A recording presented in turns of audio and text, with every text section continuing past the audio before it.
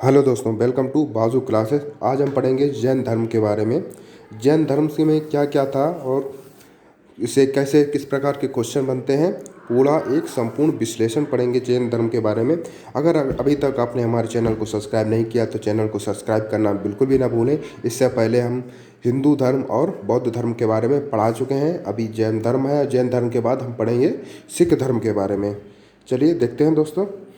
जैन धर्म शब्द जिनसे बना है, जिसका अर्थ है विजेता, अर्थात जिनको इंद्रियों को जीत लिया हो, अर्थात जिसको इंद्रियों पर बस हो गया हो, अर्थात उन्हें इंद्रियों पे जो है विजय प्राप्त कर ली है, उसको कहते हैं जैन धर्म। और जैन धर्म जो शब्द है वह जिन से बना है। 6ठी शताब्दी ईसा पूर्व में प्रचलित धर्मों में जैन धर्म काफ़ी लोकप्रिय हुआ था। तो जैन धर्म कब लोकप्रिय हुआ था? वो हुआ था दोस्तों 6ठी शताब्दी ईसा पूर्व में। जैन धर्म की स्थापना वर्धमान महावीर ने की थी और वर्धमान महावीर का जन्म 569 ईसा पूर्व में प्राचीन बज्जी गणतंत्र की राजधानी वैशाली, वर्तमान में बसाड़ भी कहते हैं, में लिच्छवियों की एक शाखा ज्ञात वंश में हुआ था। तो जो बसाड़ जो है वहाँ पर इनका जन्म हुआ था 569 ईसा पूर्व में। और उनके पिता जो थे सिद्धार्थ तथा माता का नाम त्रिशाला थी। तो उनके माता पिता का नाम पूछ देता है दोस्तों। तो उनके पिता का नाम जो था वह सिद्धार्थ तथा माता का नाम त्रिशाला था। उनके विवाह हुआ था यशोधरा नामक कन्या से, जिससे उनकी एक पुत्री उत्पन्न हुई थी जिसका नाम था प्रियदर्शनी।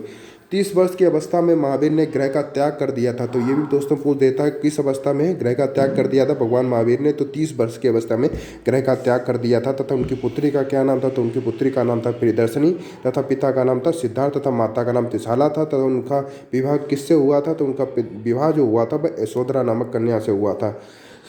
और उन्होंने महावीर ने जब 30 वर्ष की अवस्था में घर का त्याग कर दिया था, तब 1 वर्ष तक वस्त्र धारण कर वह भटकते रहे। तत्पश्चात उन्होंने वस्त्र, भिक्षापात आदि सभी चीज़ों का त्याग कर दिया और घोर तपस्या में लीन हो गए थे दोस्तों।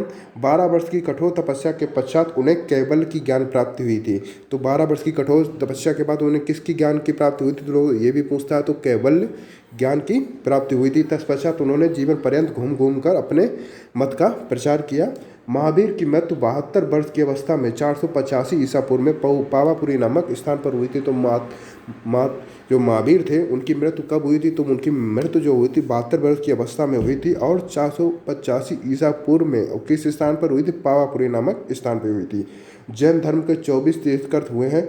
इन तीर्थंकरों के नाम निम्न प्रकार हैं। पहले हैं ऋषभदेव, दूसरे हैं अजित, तीसरे हैं संभव, चौथे हैं अभिनंद, पांचवें हैं सुमति, छठे हैं पद्मप्रभ, सातवें हैं सुपार्श्व, आठवें हैं चंद्रप्रभा, नौवें हैं पुष्पदंत, 10वें हैं शीतल, 11वें हैं श्रेयस, 12वें हैं वासुपूज्य, 13वें हैं विमल, 14वें हैं अनंत, 15वें में है धर्म, 16वें में है शांति, 17वें में है कुंतु, 8वें में है आर्य, 19वें में है माली, 20वें में है सोनी सुबत, 21वें में है नामी, 22वें है नेमिनाथ, 23वें है पार्श्वनाथ, 24वें है महावीर। जो महावीर जो थे वह अंतिम तीर्थकर थे। तथा जो 23वें तीर्थकर पूछ देता है तो वह थे पार्श्वनाथ। और जो पहले तीर्थकर हैं वह है ऋषभदेव।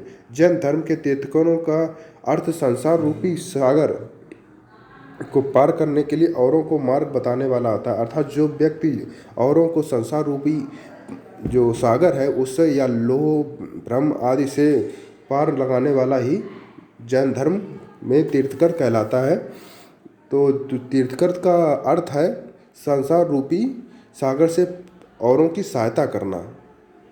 ठीक है दोस्तों। धर्म के ग्रंथों को आगम कहा जाता है। ये भी पूछ देता है धर्म के ग्रंथों को क्या कहा जाता है? तो धर्म के ग्रंथों को दोस्तों आगम कहा जाता है। ऋषभदेव को जैन धर्म का संस्थापक, प्रवर्तक या पहले तीर्थकर के रूप में जाना जाता है। तो जैन धर्म के पहले तीर्थकर कौन थे? ऋषभदेव थे तथा इन्हें प्रवर्तक तथा संस्थापक भी कहा जाता है। जैन धर्म में 23वें तीर्थकर जो थे पार्श्वनाथ थे। इन्होंने 4 महाव्रत का प्रतिपादन किया था। जो 4 महाव्रत कौन कौन से हैं दोस्तों? ऐसा, सत्य, अपरिग्रह तथा अस्तेय। तथा जो भगवान जो महावीर हैं उन्होंने क्या किया था? जो 4 व्रत में एक व्रत और जोड़ दिया था जिसको क्या कहते हैं? ब्रह्मचर्य। ठीक है। और लेकिन जो पार्श्वनाथ थे इन्होंने 4 महाव्रतों का प्रतिपादन किया था, जो है अहिंसा, सत्य, अपरिग्रह तथा अहिंसा, सत्य, अपरिग्रह तथा अस्तेय। ठीक है। और पार्श्वनाथ ने अपने 4 महाव्रतों में अहिंसा को सर्वाधिक महत्व दिया था। तो पार्श्वनाथ तो सबसे अधिक किसको महत्व दिया दोस्तों? उन्होंने महत्व दिया है अहिंसा को।